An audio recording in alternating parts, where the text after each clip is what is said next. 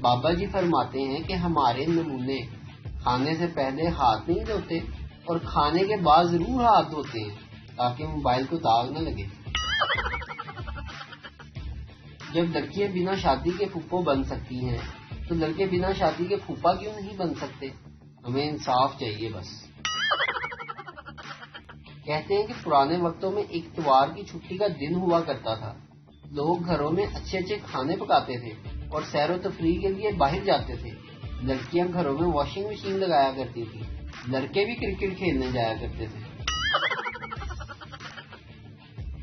مستقبل کی شادیاں کچھ ایسے ہوں گی۔ نکاح ہوا، کیا آپ کو اپنا فیس بک سٹیٹس سنگل سے میرڈ کرنا قبول ہے؟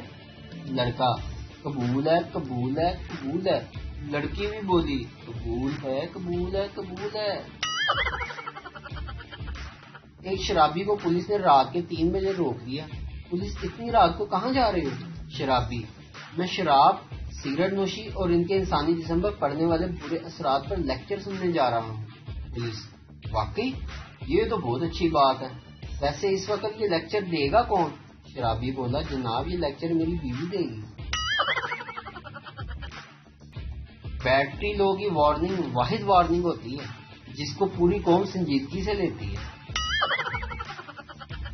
پٹھان: آج ہمارا جمعے کا نماز قضا ہو گیا۔ دوست: وہ کیسے؟ پٹھان: ہم نماز کے لیے کھڑا ہوا تو امام صاحب بولا: اپنے موبائل بند کر لو۔ میرا موبائل گھر پر تھا، ہم بند کر کے آیا تو جماعت نکل گیا۔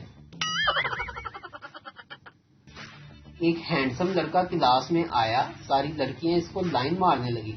اچانک لڑکا اونچی آواز میں بولا: باجی سائڈ پر ہو جائیں، جھاڑو لگانا ہے۔